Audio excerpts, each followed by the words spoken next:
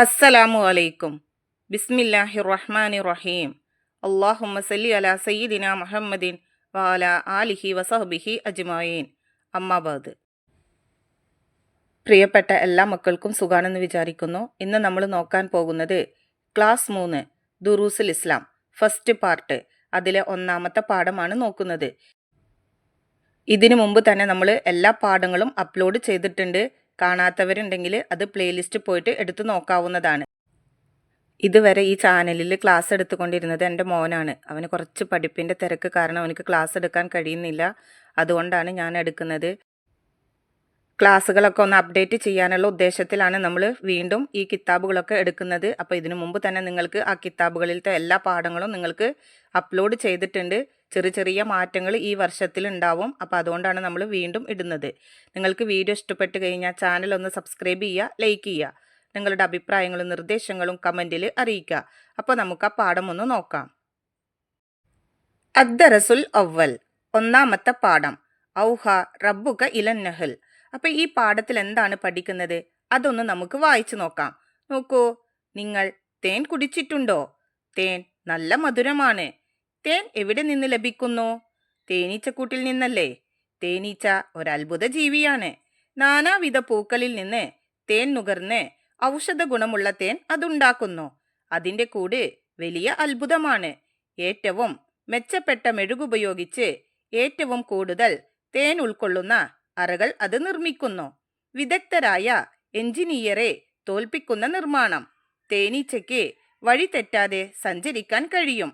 പൂക്കൾ വിടരുന്ന സമയവും പൂക്കൾ സ്ഥിതി ചെയ്യുന്ന സ്ഥലവും കണ്ടുപിടിക്കാൻ അതിന് സാധിക്കും. അവയുടെ കൂട് മികച്ച ഒരു ഭരണകൂടമാണ്. നേതാവും അനുയായികളും പരസ്പരം സഹകരിച്ചും ജോലി ചെയ്തും അച്ചടക്കത്തോടെ ജീവിക്കുന്നു. ഈ കൊച്ചു ജീവിക്ക് ഈ കഴിവെല്ലാം ആര് നൽകി? അല്ലാഹു തആലയാണ് അത് നൽകിയത്. അല്ലാഹു തആല പറയുന്നു, അങ്ങയുടെ രക്ഷിതാവ് തേനീച്ചയ്ക്ക് സന്ദേശം നൽകി. നീ മലമുകളിൽ കൂടുണ്ടാക്കുക, മരങ്ങളിലും അവർ നിർമ്മിക്കുന്നതിലും കൂട് കെട്ടുക. എല്ലാ ഫലങ്ങളിൽ നിന്നും നീ ഭക്ഷിക്കുക. നിന്റെ നാഥൻ നിനക്ക് കീഴ്പ്പെടുത്തി തന്ന വഴിയിൽ നീ സഞ്ചരിക്കുക. തേനീച്ചയുടെ വയറ്റിൽ നിന്നും വിവിധ നിറത്തിലുള്ള പാനീയം പുറപ്പെടുന്നു. അതിൽ ജനങ്ങൾക്ക് ശമനമുണ്ട്. നിശ്ചയം ചിന്തിക്കുന്ന ജനങ്ങൾക്ക് അതിൽ ദൃഷ്ടാന്തമുണ്ട്.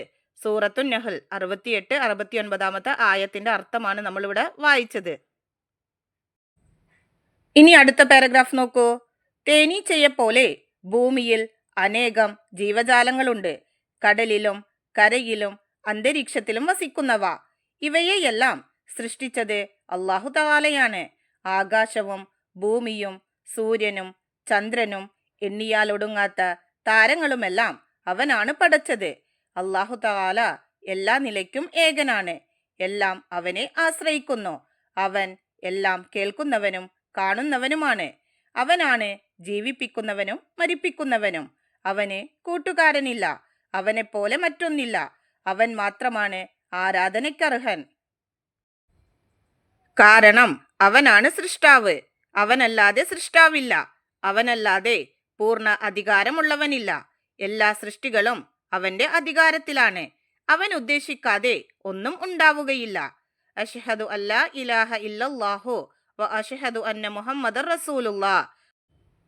അതിന്റെ അർത്ഥം നോക്കൂ. ആരാധനയ്ക്കർഹൻ അല്ലാഹു തആലയല്ലാതെ മറ്റാരുമില്ലെന്ന് ഞാൻ മനസ്സിലുറപ്പിച്ച് പറയുന്നു. മുഹമ്മദ് നബി സല്ലല്ലാഹു അലൈഹി വസല്ലമ അല്ലാഹു തആലയുടെ ദൂതനാണെന്നും ഞാൻ മനസ്സിലുറപ്പിച്ച് പറയുന്നു. ഈ പാഠഭാഗം കൂട്ടുകാർക്ക് മനസ്സിലായല്ലോ. ഇനി നോക്കൂ, ഈ പാഠഭാഗത്തിന്റെ അവസാനത്തിൽ നമുക്കൊരു ബോക്സ് കൊടുത്തിട്ടുണ്ട്. നമുക്കതൊന്ന് വായിച്ചു നോക്കാം. അല്ലാഹു അഹദ്, അതിന്റെ അർത്ഥം എന്താണ്? അല്ലാഹു തആല ഏകനാണ്. അപ്പോൾ ഈ പാഠവും ഈ പാഠത്തിൽ പറഞ്ഞിരിക്കുന്ന കാര്യങ്ങളും നിങ്ങൾ വായിച്ച് മനസ്സിലാക്കുക. ഇനി നമുക്ക് ഈ പാഠത്തിന്റെ തദ്രീബാത്ത് നോക്കാം. തദ്രീബാത്തിലെ ഒന്നാമത്തെ പ്രവർത്തനം നുഫക്കിറു വനജിദ്. 1. ആകാശലോകത്തെ സൃഷ്ടികൾ. അതിനെക്കുറിച്ചിട്ട് നമ്മൾ കണ്ടെത്തി എഴുതാനുള്ളതാണ്. ഇവിടെ നമുക്ക് സൂര്യൻ കൊടുത്തിട്ടുണ്ട്. ബാക്കിയുള്ളത് നമുക്ക് കണ്ടെത്തി എഴുതാം. നോക്കൂ, സൂര്യൻ, ചന്ദ്രൻ, നക്ഷത്രങ്ങൾ, ഗ്രഹങ്ങൾ, ഉപഗ്രഹങ്ങൾ, ഗാലക്സികൾ, ധൂമകേതുക്കൾ തുടങ്ങിയവ. നുഫക്കിറു വനജിദ് അതിലെ രണ്ടാമത്തത് കരയിലെ ജീവികൾ. ഇവിടെ നമുക്ക് ആട് കൊടുത്തിട്ടുണ്ട്. അതിൻ്റെ ഉത്തരം നോക്കൂ. ആട്, മാട്, നായ, പൂച്ച, ഒട്ടകം, കുതിര, ആന, മാൻ, കരടി, മനുഷ്യൻ, കഴുത, മുയൽ, കുരങ്ങൻ, കുറുക്കൻ തുടങ്ങിയവ. നുഫക്കിറു വനജിദ് അതിലെ മൂന്നാമത്തത് കടലിലെ ജീവികൾ. ഇവിടെ നമുക്ക് മത്സ്യം കൊടുത്തിട്ടുണ്ട്. ബാക്കിയുള്ളതാണ് നമ്മൾ കണ്ടെത്തി എഴുതേണ്ടത്. നോക്കൂ. മത്സ്യം, നീലത്തിമിംഗലം, ഞണ്ട്, കടലാമ, മുതല, ഡോൾഫിൻ, നീരാളി, നീർനായ, കടൽക്കുതിര, ഒച്ച്, സ്രാവ്, നക്ഷത്ര മത്സ്യം, ചെമ്മീൻ തുടങ്ങിയവ. തദ്രീബാത്തിലെ രണ്ടാമത്തെ പ്രവർത്തനം നസിലു വനക്കിറാ. ഇവിടെ നമുക്ക് ഒരു കോളം കൊടുത്തിട്ടുണ്ട്. ആ കോളത്തിൽ അല്ലാഹു തആല എന്ന് കൊടുത്തിട്ടുണ്ട്. അതിൻ്റെ നേരെ നോക്കൂ. ഏകനാണ്. അത് നമ്മൾ ചേർത്ത് വായിക്കുക. അല്ലാഹു തആല ഏകനാണ്. അതുപോലെ നമ്മൾ ബാക്കിയുള്ളത് എഴുതണം. നോക്കൂ. അല്ലാഹു തആല അവിടെ കൊടുത്തിട്ടുണ്ട്. അപ്പം നമ്മൾ ഇവിടെ എന്താണ് എഴുതേണ്ടത്? എല്ലാം കേൾക്കുന്നവനാണ്. എന്നിട്ട് നമ്മളത് ചേർത്ത് വായിക്കുക. അല്ലാഹു തആല എല്ലാം കേൾക്കുന്നവനാണ്. അടുത്തത് എല്ലാം കാണുന്നവനാണ്. അവിടെ നമ്മൾ അല്ലാഹു തആല ചേർത്ത് വായിക്കുക. അല്ലാഹു തആല എല്ലാം കാണുന്നവനാണ്. അടുത്തത് ജീവിപ്പിക്കുന്നവനാണ്. അല്ലാഹു തആല ജീവിപ്പിക്കുന്നവനാണ്. അടുത്തത് മരിപ്പിക്കുന്നവനാണ്. അല്ലാഹു തആല മരിപ്പിക്കുന്നവനാണ്. അപ്പൊ ഇതുപോലെ നിങ്ങൾ അവിടെ എഴുതി കൊടുക്കുക. തദ്രീബാത്തിലെ മൂന്നാമത്തെ പ്രവർത്തനം നഖ്റഉ വനഫ്ഹാം. ഇവിടെ കൊടുത്തിരിക്കുന്നത് വായിച്ച് മനസ്സിലാക്കാനുള്ളതാണ്. ഇവിടെ നമുക്ക് എ ബി രണ്ട് കോളങ്ങൾ കൊടുത്തിട്ടുണ്ട്. എ കോളത്തിൽ നമ്മൾ ഈ പാഠത്തിൽ പഠിച്ചിരിക്കുന്ന അറബി വാക്കുകളും അതിൻ്റെ അർത്ഥങ്ങളും കൊടുത്തിട്ടുണ്ട്. നമുക്ക് ആദ്യം അതൊന്ന് വായിച്ചു നോക്കാം. നെഹ്ലത്തുൻ അർത്ഥം തേനീച്ച, അസലുൻ അർത്ഥം തേൻ, സമറത്തുൻ അർത്ഥം ഫലം, ഷിഫാഉൻ അർത്ഥം ശമനം, ബൈത്തുൻ അർത്ഥം കൂട്, ആയത്തുൻ അർത്ഥം ദൃഷ്ടാന്തം, ജബലുൻ അർത്ഥം മല, ഷറാബുൻ അർത്ഥം പാനീയം, ഷജറത്തുൻ അർത്ഥം മരം, നഖ്ലത്തുൻ അർത്ഥം ഈത്തപ്പന. ഇനി നോക്കൂ ബി കോളം. ഈ പാഠത്തിൽ പഠിച്ചിരിക്കുന്ന മലയാള വാക്കുകളും അതിൻ്റെ അർത്ഥവുമാണ് കൊടുത്തിരിക്കുന്നത്. നോക്കൂ. വിദഗ്ധൻ അർത്ഥം കഴിവുള്ളവൻ, അച്ചടക്കം നിയമത്തിനനുസരിച്ച് ജീവിക്കൽ, ദൃഷ്ടാന്തം തെളിവ്, നിരാശ്രയൻ മറ്റാരെയും ആശ്രയിക്കാത്തവൻ. തദ്രീബാത്തിലെ നാലാമത്തെ പ്രവർത്തനം നുജീബ് ഉത്തരം എഴുതാനുള്ളതാണ്. അതിലെ ഒന്നാമത്തെ ചോദ്യം നോക്കൂ. അല്ലാഹു തആല മാത്രമാണ് ആരാധനയ്ക്ക് അർഹൻ. കാരണമെന്ത്? ഉത്തരം കാരണം അവനാണ് സൃഷ്ടാവ്. അവനല്ലാതെ സൃഷ്ടാവില്ല.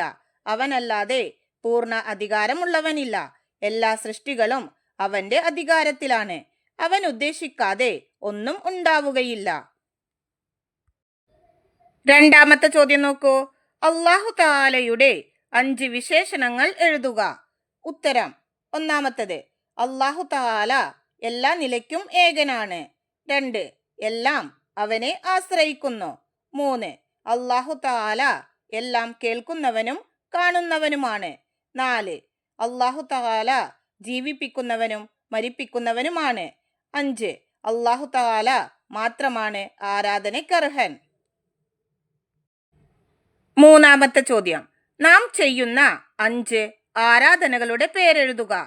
ഉത്തരം 1 നിസ്കാരം, 2 നോമ്പ്, 3 സക്കാത്ത്, 4 ഹജ്ജ്, 5 ഖുർആൻ പാരായണം. തദ്രീബാത്തിലെ 5ാമത്തെ പ്രവർത്തനം നൊയ്ദു ഫിക്ര ഖണ്ഡിക തയ്യാറാക്കാനുള്ളതാണ്. അതിലെ ഒന്നാമത്തത് നോക്കൂ. തേനീച്ചയെ കുറിച്ച് ഒരു കുറിപ്പെഴുതുക. അതിന്റെ ഉത്തരം നോക്കൂ. തേനീച്ച ഒരത്ഭുത ജീവിയാണ്. നാനാവിധ പൂക്കളിൽ നിന്ന് തേൻ നുകർന്ന് ഔഷധ ഗുണമുള്ള തേൻ അതുണ്ടാക്കുന്നു. അതിൻ്റെ കൂട് വലിയ അത്ഭുതമാണ്. ഏറ്റവും മെച്ചപ്പെട്ട മെഴുകുപയോഗിച്ച് ഏറ്റവും കൂടുതൽ തേൻ ഉൾക്കൊള്ളുന്ന അറകൾ അത് നിർമ്മിക്കുന്നു. വിദഗ്ധരായ എഞ്ചിനീയറെ തോൽപ്പിക്കുന്ന നിർമ്മാണം. തേനീച്ചയ്ക്ക് വഴി തെറ്റാതെ സഞ്ചരിക്കാൻ കഴിയും. പൂക്കൾ വിടരുന്ന സമയവും പൂക്കൾ സ്ഥിതി ചെയ്യുന്ന സ്ഥലവും കണ്ടുപിടിക്കാൻ അതിന് സാധിക്കും.